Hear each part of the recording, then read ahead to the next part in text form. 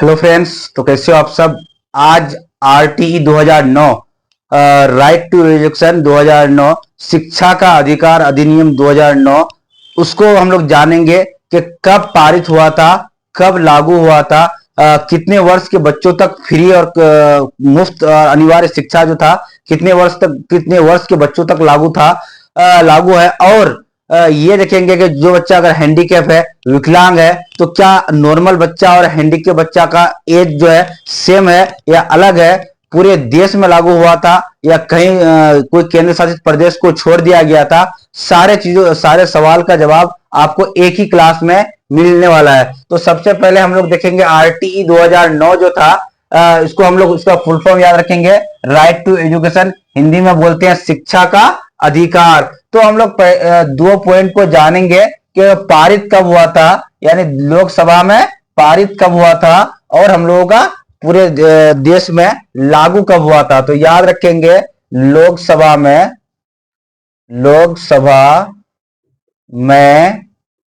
पारित 4 अगस्त को हुआ था। याद रखेंगे कितना अगस्त को हुआ था, 4 अगस्त को लोकसभा में, यानी 4 अगस्त 2009 को लोकसभा में पारित हुआ था। लेकिन हम लोग जब लागू की बात करते हैं, यानी जो कानून बनने के बाद पूरे देश में जब लागू हुआ, तो लागू वाला डेट हम लोग याद रखेंगे 1 अप्रैल 2010। याद रखेंगे कि 1 अप्रैल 2010 में वो पूरे देश में लागू हुआ।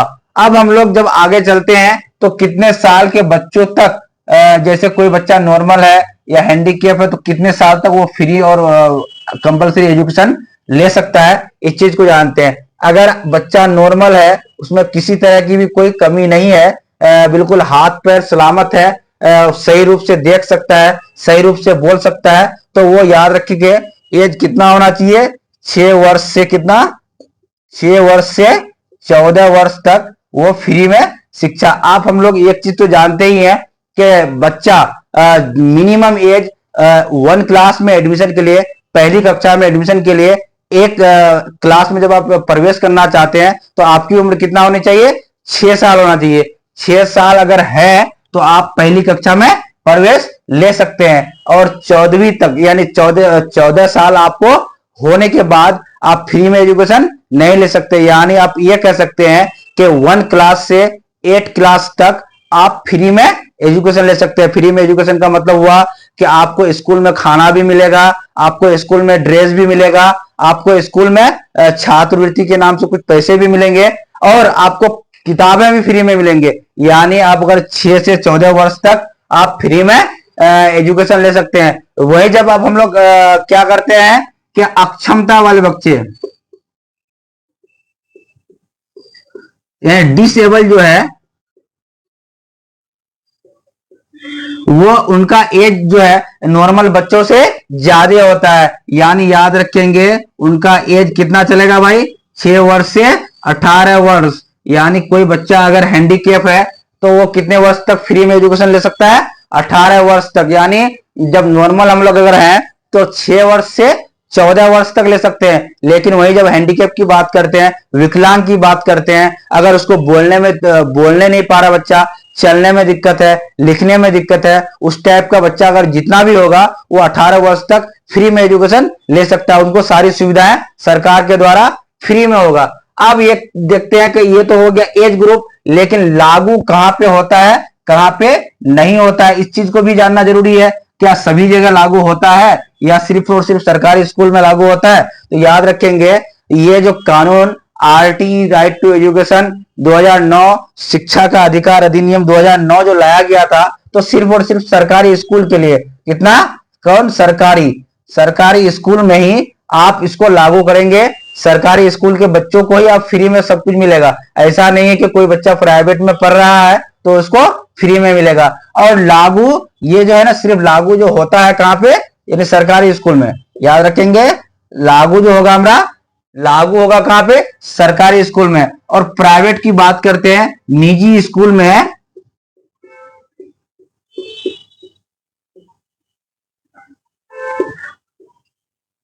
प्राइवेट स्कूल में लागू नहीं होता है। क्या नहीं होता है, लागू नहीं होता है।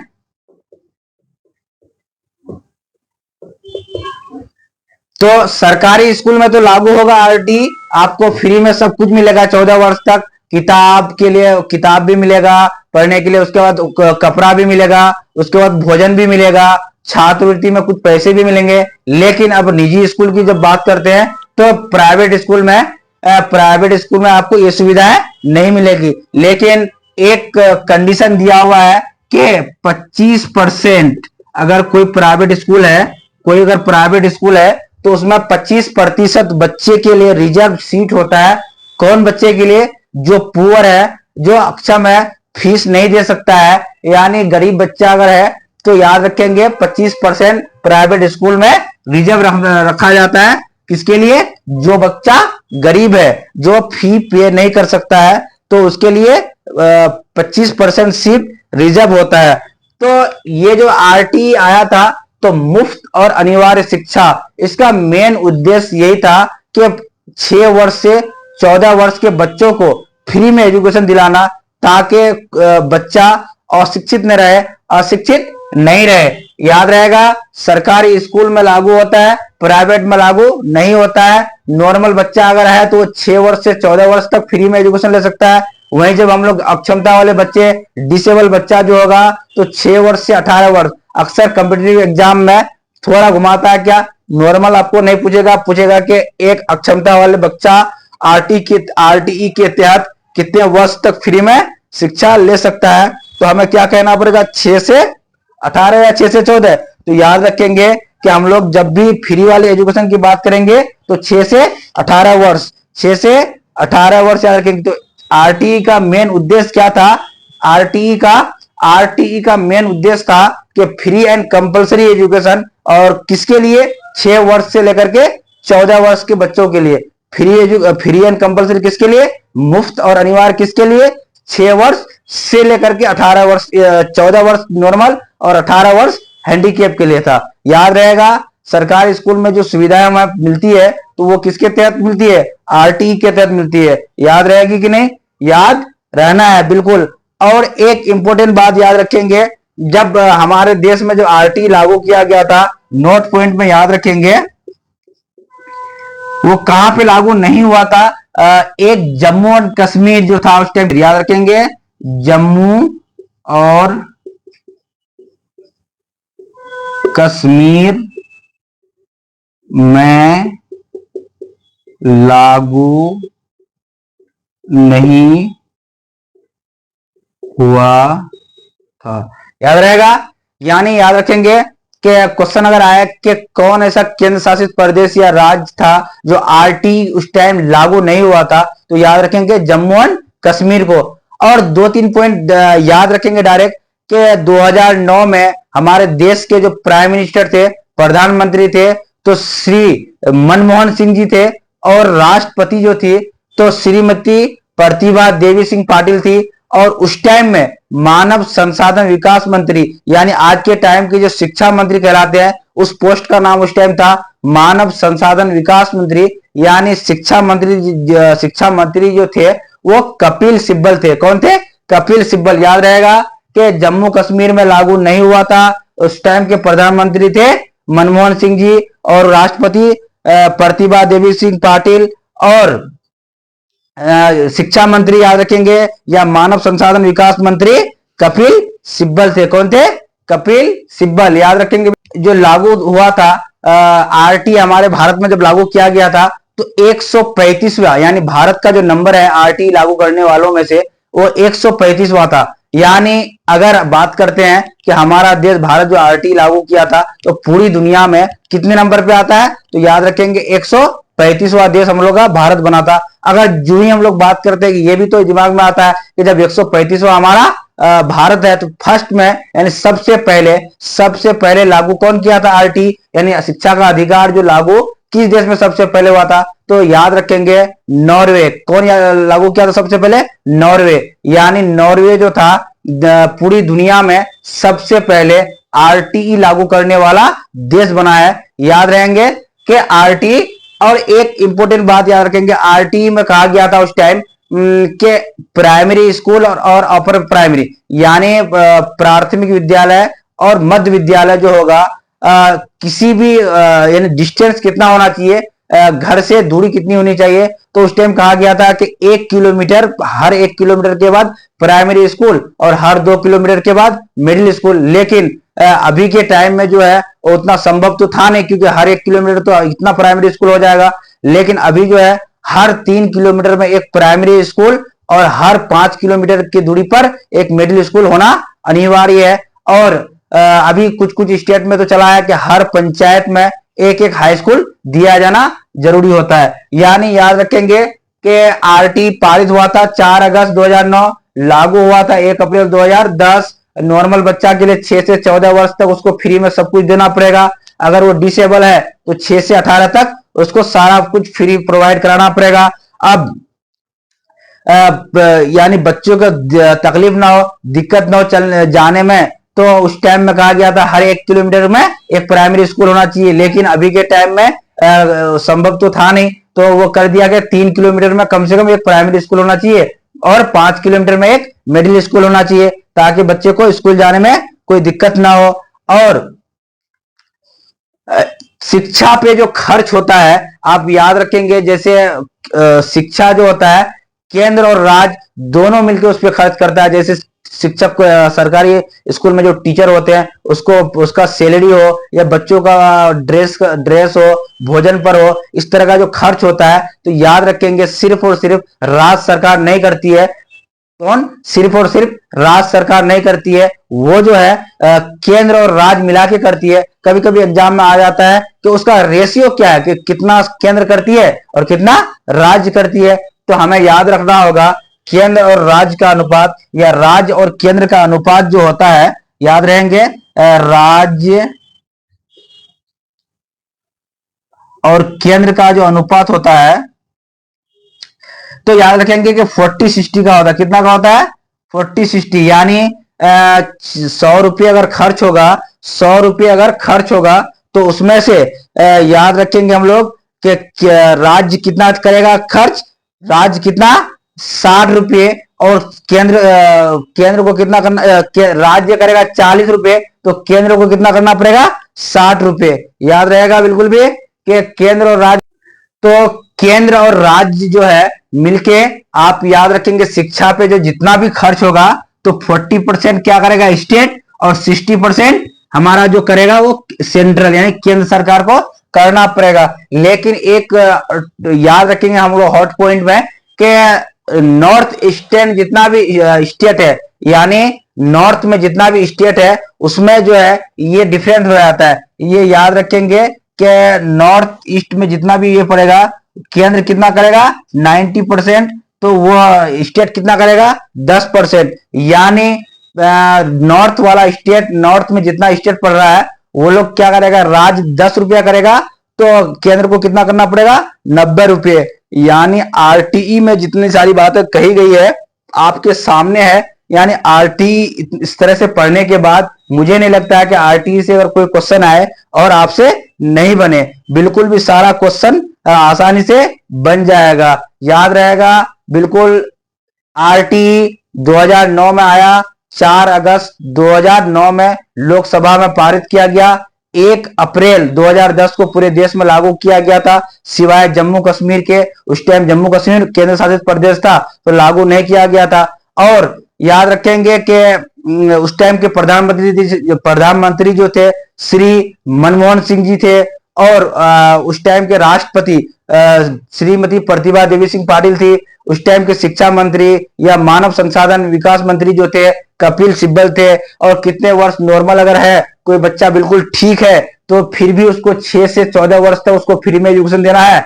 और कोई अगर डिसेबल है, अक्षमता है, विकलांग है, हैंडीकैप है, उसको 6 वर्ष से 18 वर्ष तक उसको देना होगा। ये जो लागू होता है सिर्फ और सिर्फ सरकारी स्कूल में लागू होता है। प्राइवेट स्कूल या गुरुद्वारा गुरुकुल टाइप में जब चलता था उस टाइम, उस तरह का इसमें लागू नहीं होता है। लेकिन प्राइवेट स्कूल में याद रखेंगे 25% सीट जो होता है रिजर्व होता है। किसके लिए रिजर्व होता है?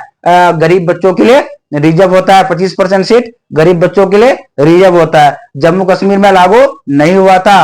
केंद्र और राज्य मिलकर शिक्षा पे खर्च करती है, तो राज्य 40 60-40 का रेशियो जो होता है, तो 40 करती है राज्य और सृष्टि केंद्र करती है। जो ही हम लोग नॉर्थ ईस्ट की बात करते हैं, नॉर्थ ईस्ट वाला जितना भी स्टेट होगा क्या होगा, नॉर्थ ईस्ट वाला स्टेट जितना भी है वो क्या करती है, राज्य 10 रुपये करती है तो केंद्र को 90 रुपये करना होता है। अब एक इंपॉर्टेंट बात हम लोग याद रखेंगे कि बच्चा क्या एक ही क्लास में एडमिशन, कोई भी बच्चा अगर एज उसका है 8 साल तो क्या उसको हमको एक क्लास में ही एडमिशन लेना पड़ेगा? ऐसा बिल्कुल भी नहीं। एक शिक्षक जब आप हैं, आप एक स्कूल में जब टीचर है तो आपको एज का ध्यान रखना पड़ेगा कि बच्चे का एज कितना है, उस हिसाब से उसको कक्षा में एडमिशन कराना है। अगर 6 साल का है तो एक क्लास में लीजिए, 7 वर्ष का है तो उसको दो क्लास में लीजिए। इस तरह से आपको एडमिशन लेना है। और एक बात आती है कभी कभी क्वेश्चन में कि अप्रैल से सेशन मेरा स्टार्ट होता है, अप्रैल से सेशन मेरा स्टार्ट होता है। अगर अप्रैल के बाद कोई बच्चा मई, जून, जुलाई, अगस्त में अगर आ रहा है स्कूल में तो आप उसका एडमिशन लेंगे या नहीं लेंगे? हाँ या ना में आपको अगर जवाब करना है तो आप बताएंगे कि हाँ या ना। यानी अगर आपको याद रखना है कि आरटी क्या कह रही है कि आप बच्चे का एडमिशन नहीं रोक सकते हैं, बच्चे का एडमिशन आपको कराना होगा, लेना होगा। कब तक? 30 सितंबर तक आपको याद रखना है। यानी 6 महीने के अंदर सेशन स्टार्ट हो रहा है, सेशन स्टार्ट होने के 6 महीने तक आप उसका एडमिशन लेना ही होगा आरटी के तहत। अगर आप नहीं लेते हैं तो आप पे कानूनी कार्रवाई किया जा सकता है। तो याद रखेंगे कि आप बच्चा अगर कुछ लेट से आता है तो फिर भी। और दूसरी बात है कि किसी बच्चे का अगर कोई जन्म प्रमाण पत्र नहीं है, उसका कोई एज प्रूफ आपको नहीं मिल रहा है कि इसका एज कितना है, तो आप उसका एडमिशन लेंगे या नहीं लेंगे, ये सवाल आता है। तो हमको उसका भी एडमिशन लेना है। आरटी कह रहा है किसी का अगर एज पता नहीं हो रहा है, उसका कुछ भी प्रूफ नहीं है एज का, तो आपको याद रखना है उसका भी एडमिशन लेना पड़ेगा। उसके माता पिता के एफिडेविट के द्वारा, वो उसके माता पिता एफिडेविट बना के देंगे, उस हिसाब से आपको एडमिशन लेना है, याद रहेगा। यानी free and compulsory education RT में जो दिया गया है, शिक्षा का अधिकार में जो दिया गया है, हमारा अधिकार है शिक्षा ग्रहण करना। यानी 6 वर्ष से 14 वर्ष के जितने भी बच्चे हैं वो फ्री में एडमिशन लेंगे और साथ ही साथ फ्री में पढ़ाई करेंगे, सारी सुविधाएं उसको फ्री में दी जाएगी। और जब बच्चा प्राइवेट स्कूल हो या सरकारी स्कूल हो, आप उसको टेस्ट नहीं करेंगे, उसका जांच नहीं करेंगे एडमिशन में, उसको एडमिशन लीजिए, उसके बाद उसको नॉलेज दीजिए, उसके बाद उसको सिखाइए। प्राइवेट स्कूल में अगर कोई बच्चा जा रहा है, 25% उसका अगर रिजर्व है सीट, तो वो वहां जाकर के no admission, no test, sorry no test और नो फी, यानी एडमिशन में उसको नो टेस्ट नो फी, यानी कोई भी उसको फी भी नहीं देना है और उसका टेस्ट भी नहीं करना पड़ेगा। और लास्ट में एक बात और जान लेते हैं कि एक स्कूल में टीचर और स्टूडेंट का रेशियो क्या होना चाहिए। टीचर और स्टूडेंट का, यानी स्टूडेंट रेशियो टीचर, किसके लिए भाई? प्राइमरी के लिए।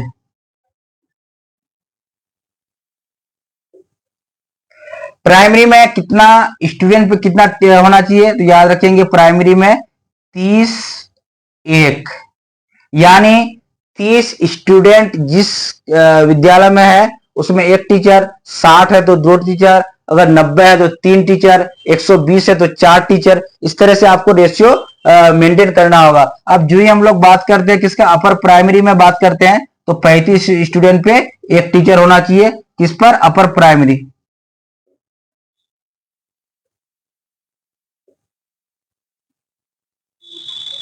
तो यानी मिडिल स्कूल में 35 स्टूडेंट पे एक टीचर होना जरूरी है और प्राइमरी में 30 स्टूडेंट पे एक टीचर होना जरूरी है। याद रखेंगे आरटीई जो हम लोग पढ़े, आरटीई जब पूरा जान गए कि लागू कब हुआ था, आरटीई लागू कब हुआ था, पारित कब हुआ था, कितने वर्ष के बच्चों तक हम लोग चलता है आरटीई, हैंडीकेप है तो कितना तक चलता है, कहां पे लागू नहीं हुआ था, कौन प्रधानमंत्री था, कौन राष्ट्रपति था, कौन शिक्षा मंत्री था। आरटीई से हमें बहुत फायदा है। यानी गरीब जितने भी बच्चे अक्सर मान के चलिए जिनके पास पैसा है वो तो प्राइवेट में चले जाते हैं, लेकिन गरीब बच्चे हमारे जो जितने भी हैं वो सरकारी स्कूल में पढ़ते हैं। सरकार के द्वारा आरटी जब से आया तब से बहुत ही फायदा हो रहा है। उसको फ्री में ड्रेस मिल रहा है, फ्री में भोजन मिल रहा है, फ्री में उसको पुस्तक यानी किताब मिल रहा है, तो इससे क्या होता है कि अधिक से अधिक लोग बच्चे को पढ़ा पाते हैं, सरकारी स्कूल में जाके पढ़ते भी हैं। तो याद रखेंगे आरटीई से अगर किसी भी प्रकार का क्वेश्चन आएगा बिल्कुल भी नहीं छूटेगा। छूटेगा क्या? बिल्कुल भी नहीं छूटेगा। तो आपको मैं एक होमवर्क दे दूं। एक होमवर्क ये है कि आरटी का जिस प्रकार से मैं समझाया हूं आपको समझ में आया कि नहीं, इसको पहले कमेंट करेंगे। और एक एनईपी 2020 यानी न्यू एजुकेशन पॉलिसी 2020 के बारे में आप कितना जानते हैं उसको आप बताएंगे। ये मेरा आपसे होमवर्क दिया जाता है, आपको होमवर्क दिया जाता है कि एनईपी के बारे में आप कितना जानते हैं वो बताएंगे। यानी आरटी बिल्कुल आज के क्लास के बाद आरटी और पढ़ने की जरूरत